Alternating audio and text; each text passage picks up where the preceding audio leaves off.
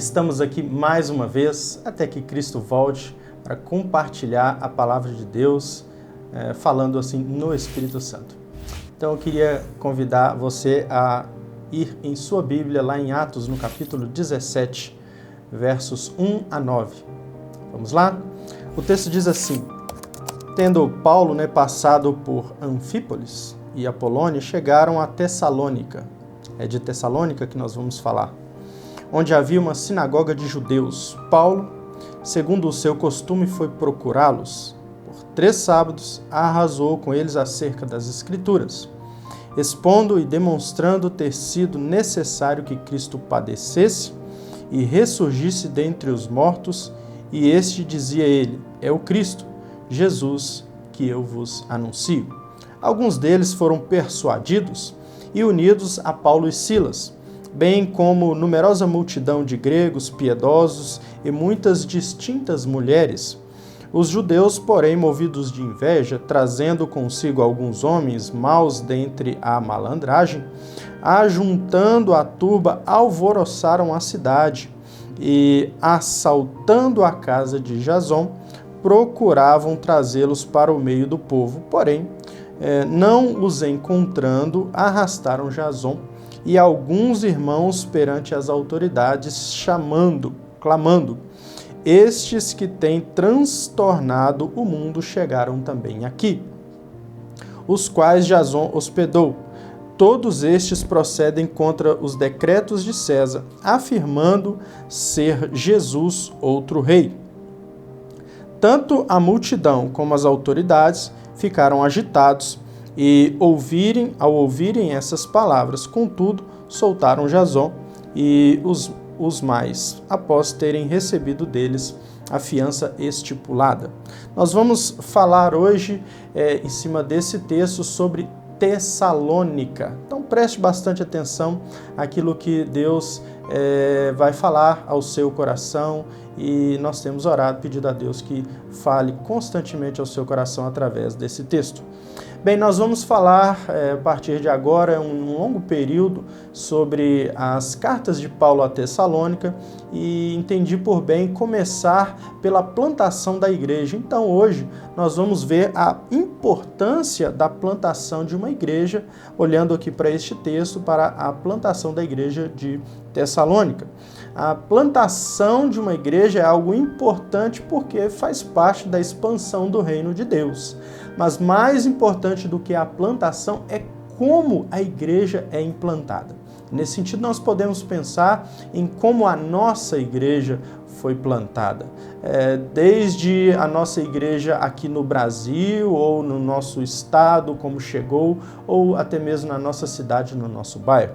Eu fui sempre incentivado a chegar em uma igreja e conhecer a história da igreja. É muito importante as circunstâncias, as motivações, até mesmo os fundamentos teológicos sobre os quais aquela igreja foi constituída, e é isso que nós vamos fazer aqui, olhando para Tessalônica.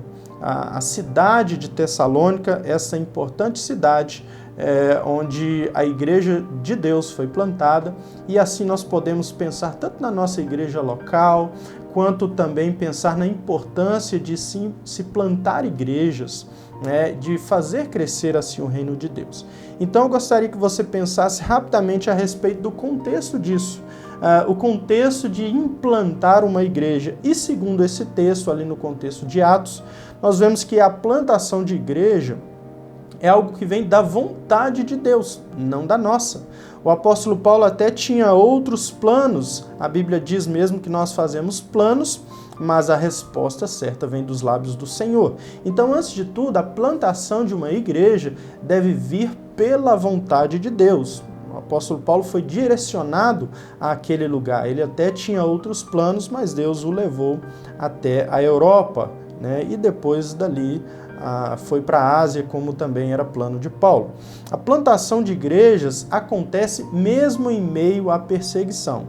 Então, nós observamos, a igreja é plantada segundo a vontade de Deus e mesmo em meio às perseguições, como aconteceu ali. Já disse Tertuliano que o sangue dos mártires é a semente dos cristãos, Eu diria que o sangue dos mártires é que rega a plantação da igreja.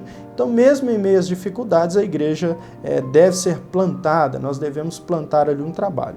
E outra questão importante para contexto é observar que a plantação de uma igreja carece da manifestação de Deus. Nós vemos que houve pouco tempo de pregação ali em Tessalônica, mas algo maravilhoso foi feito. Por quê? Porque Deus é quem estava agindo, Deus estava se manifestando, Deus estava transformando vidas ali através de Paulo. Por isso, tendo visto esta introdução a respeito do que nós vamos falar, o contexto pelo qual surge a plantação de uma igreja, eu queria que você observasse comigo alguns pontos para a nossa edificação, para que nos sintamos aí animados para plantar igreja, pensando até nas nossas perspectivas para a plantação de igreja, como igreja local, plantando e fazendo expandir o reino do Senhor. Então, a primeira coisa que eu gostaria de observar com vocês é que a estratégia geográfica, falando assim, sobre o local, vem do Espírito Santo de Deus. E nós vamos focar muito nisso, a dependência de Deus, a dependência do seu Santo Espírito. Então nós vemos nessa situação que Paulo se dirige a uma grande cidade, uma importantíssima cidade, uma cidade que já possuía ali uma sinagoga, isso era importante. O texto diz que era de costume de Paulo buscar, ir até a sinagoga. Nós vemos que, além disso, a cidade era contemplada por uma via importante daquela época e era também um lugar propício para a expansão do reino de Deus. Era uma cidade portuária importante, com um comércio forte, um comércio bastante importante para aquela época, e tanto por via terrestre como por vias marinhas. Então, a estratégia disso veio do Espírito Santo. Não significa que não plantamos igrejas em lugares menores, mas a estratégia que vem de Deus nos mostra essa questão de colocar em um lugar por onde a igreja do Senhor pode se expandir. Então, não havia uma ideia de fazer uma igreja porque em tal lugar existem cristãos. Algo que é muito visto hoje em dia, vamos colocar uma igreja ali porque ali tem cristãos. Na verdade, nós devemos colocar uma igreja onde não tem cristãos. É aquela velha história do vendedor de sapatos, que ao viajar para outro lugar, para implantar ali uma fábrica de sapatos, que foi para sondar o local diz, lá nós não podemos trabalhar, porque chegando lá naquele país percebi que ninguém usa sapatos. Uma visão pessimista. E ele disse, não podemos colocar ali a nossa fábrica de sapatos. Já um outro mais otimista vai até aquele mesmo local e diz, nós precisamos urgentemente implantar ali a nossa fábrica de sapatos, porque ali ninguém usa sapatos. Então nós vamos vender sapato como nunca. O evangelho não é uma mercadoria, mas nós aplicamos esse princípio. Vamos a todos os lugares. E esta estratégia de colocar a igreja como um centro de evangelismo, não um lugar para reunir pessoas, é uma estratégia vinda do Espírito Santo de Deus. Então, instalar a igreja num local importante, num local onde nós vemos as grandes possibilidades de expansão do reino de Deus. Então, essa estratégia, até mesmo geográfica, vem do Espírito Santo. E como eu estou falando sobre a nossa grande dependência do Espírito Santo, você que está me escutando, em tudo nós dependemos do Espírito Santo, mas obviamente nós estamos falando aqui especificamente deste assunto aqui, a plantação da igreja. Eu quero falar também sobre a estratégia, digamos assim, social, filosófica, que também vem do Espírito Santo de Deus. Veja que o texto destaca que o apóstolo Paulo vai procurar uma sinagoga, era um contato religioso, Além disso, nós já falamos da relevância dessa cidade, era um centro cultural, um lugar onde a religião era amplamente discutida, difundida. Então, você deve imaginar que Paulo teve muitos desafios. Pense nas perguntas que Paulo teve que responder.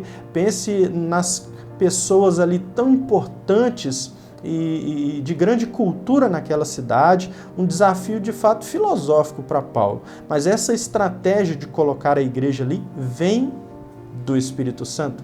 Ainda bem que Paulo fez o melhor dos seminários. Paulo esteve com Jesus, aprendendo a aplicar, a enxergar tudo que a Escritura dizia a respeito do próprio Jesus.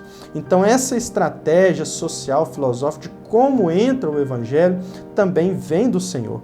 Ao ir à sinagoga, Paulo se conecta às pessoas e vê ali uma possibilidade de expansão muito grande, porque procura a sinagoga, nós sabemos que os judeus sempre tiveram aptidão para o comércio, então ali eles tinham certamente contato com muitas pessoas e Paulo vai exatamente à sinagoga.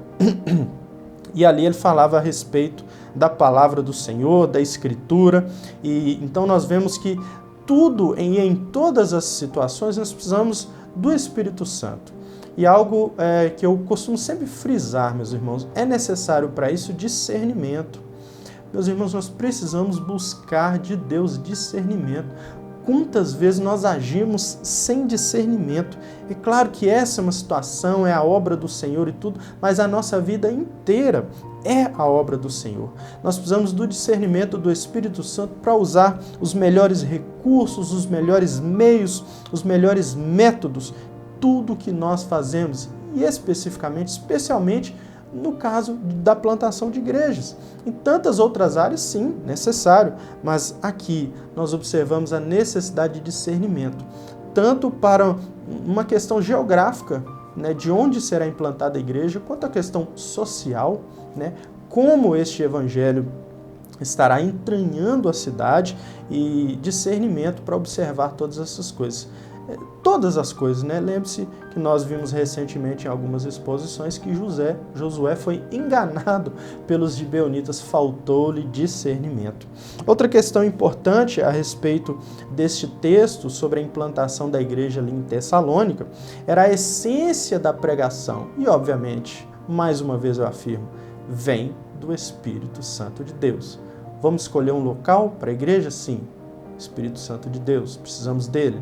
Nós vamos escolher uma estratégia para falar a linguagem das pessoas, para nos aproximarmos das pessoas? Sim, isso deve ser buscado pelo Espírito Santo de Deus. Nós vamos pregar o Evangelho? Sim, a essência do Evangelho é a pregação pelo Espírito Santo de Deus. E é isso que nós observamos aqui. Nós vemos num resumo do que foi o trabalho de Paulo ali, um compromisso muito grande de Paulo em expor as Escrituras pelo Espírito Santo. É o que nós devemos buscar. Meus irmãos, quantas vezes nós queremos avidamente até falar da palavra de Deus para as pessoas, falar de Jesus, mas não buscamos o Espírito Santo para isso.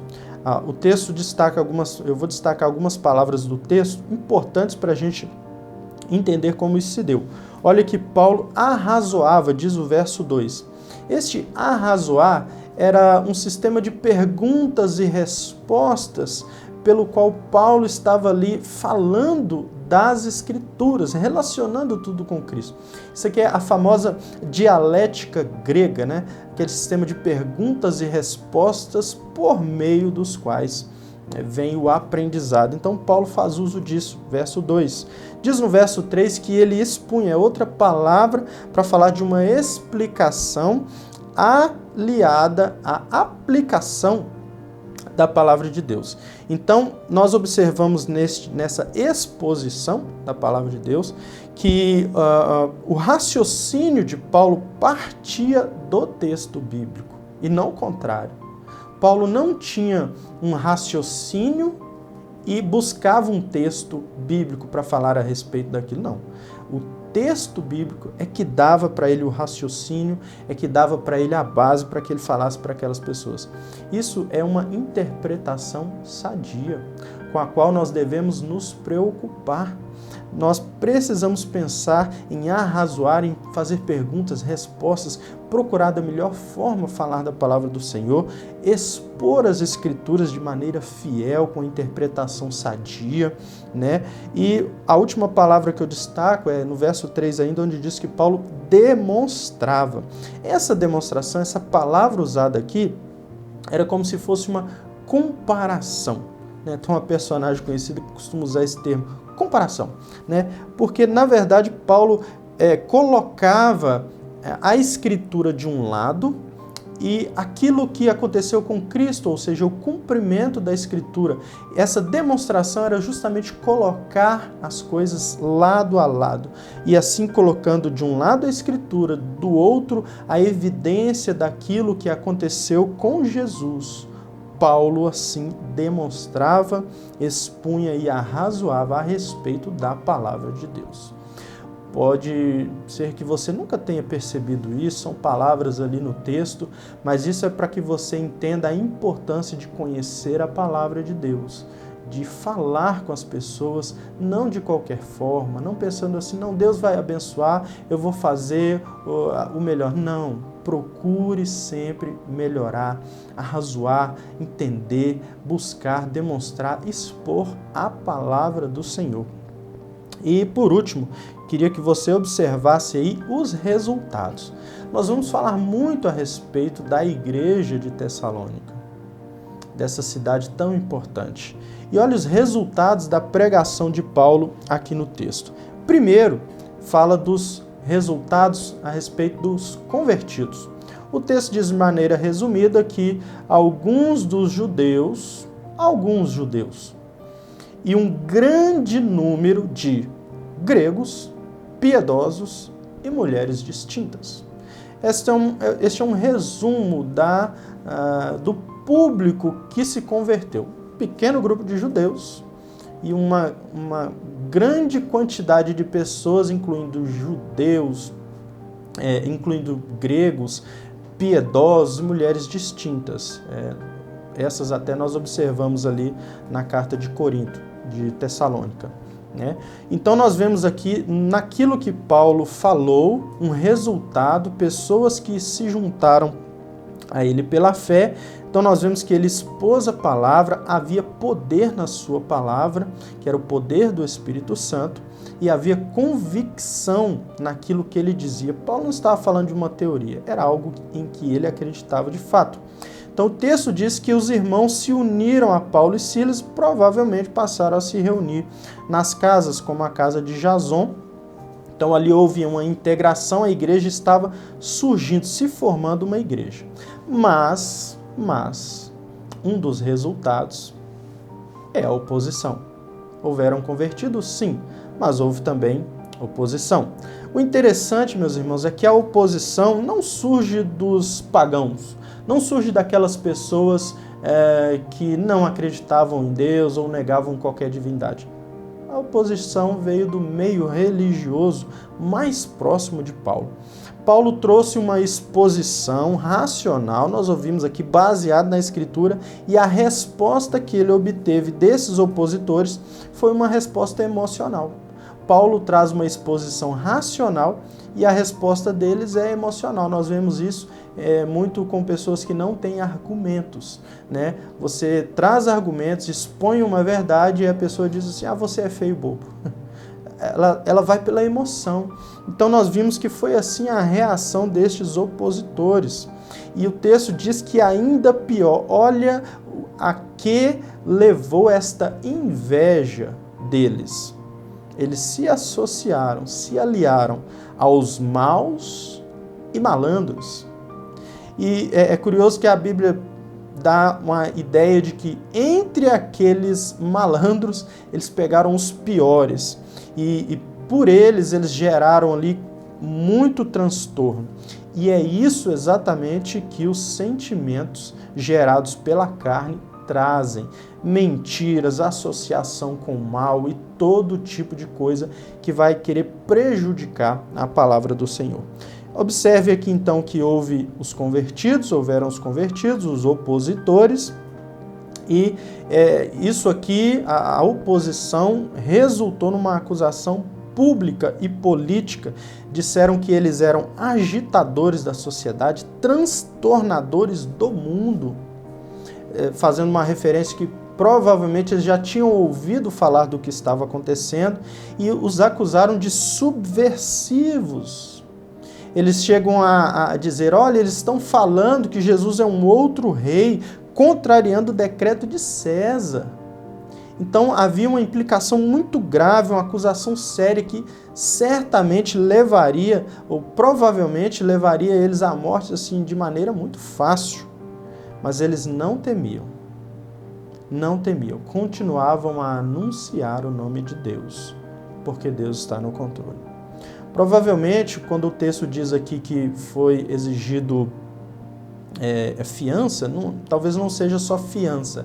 A palavra é usada para dizer que foi requerido algo de Jason e ele assim entregando foram libertos. Talvez exigiram que Paulo e Silas se ausentassem da cidade, né, ou algo desse tipo, talvez algum valor também, mas para você entender a importância da obra do Senhor, que mesmo diante das oposições ela deve ser feita. Então eu queria concluir aqui falando com vocês a respeito do estabelecimento dessa igreja. Está ali plantada a igreja, e quando o apóstolo Paulo escreve as cartas a Tessalônica, aos Tessalonicenses, nós observamos que ele tinha alguns objetivos muito claros. Então, entendendo aqui a plantação da igreja, o nosso dever de plantar igreja, nós passamos a observar aqui na conclusão as dificuldades que surgiram ali, que Paulo depois vai corrigir nas cartas que nós vamos passar a acompanhar nos próximos sermões. Então, concluindo, Paulo vai corrigir alguns problemas. Primeiro, algumas pessoas não estavam entendendo bem e encarando bem a ideia de que Cristo iria voltar.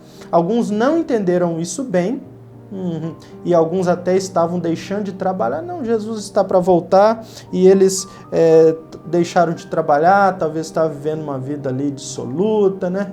Talvez no velho estilo, comamos e bebamos porque amanhã Jesus voltará. E Paulo vai corrigir essa ideia errada que ficou. Nada muito diferente do que nós vivemos hoje, né? Você vai observar que os objetivos de Paulo escrevendo aos Tessalonicenses vem bem de encontro à necessidade do povo brasileiro. Havia uma dificuldade também de entender o que acontecia depois dessa vida. Havia uma certa ideia de que havia desvantagem em morrer antes da volta de Cristo. E Paulo vai dizer, olha, não, isso é uma bobagem. Na verdade, não há nenhuma desvantagem para aqueles que, quando Jesus voltar, já estiverem mortos. Então, Paulo vai explicar o que acontece depois dessa vida. E também havia um grave desentendimento quanto à autoridade legal. Isso se refletia na igreja, o descontentamento com as autoridades refletia dentro da igreja um descontentamento com as autoridades da igreja. E Paulo vai tentar corrigir isso nas cartas. E havia uma tendência à imoralidade. Veja que esses dois últimos pontos se encaixam perfeitamente no nosso país, se encaixam perfeitamente naquilo que nós estamos vendo hoje. O último aqui, a tendência à imoralidade era um problema da cultura, uma cultura extremamente sensual, muito semelhante ao que vemos no Brasil, né? Essa era a cultura da cidade, e também uma resistência ao apostolado. Algumas pessoas eles estavam acusando Paulo de ser ganancioso, mentiroso, de estar impondo coisas de maneira ditatorial. Então essas dificuldades com a liderança, com a sensualidade, com algumas outras coisas se refletiram nos relatos que Paulo recebeu. Então ele vai escrever a carta neste sentido. Por último, o esfriamento do amor, sobre o qual Paulo fala 2 vezes. Então, nessa conclusão, nós observamos aqui o que veremos pela frente. E eu tenho certeza que Deus há de abençoar as nossas vidas, a nossa igreja e edificar-nos para que estejamos cada vez mais prontos a esperar com sabedoria a volta de Cristo. Que Deus nos abençoe e continue a falar ao meu e ao seu coração. Que Deus, com esta palavra, venha edificar a sua vida e trazer aí novos significados importantes, já descritos na Bíblia, para lidar com a igreja. Caminhamos e caminharemos assim, segundo a vontade de Deus, em nome de Jesus.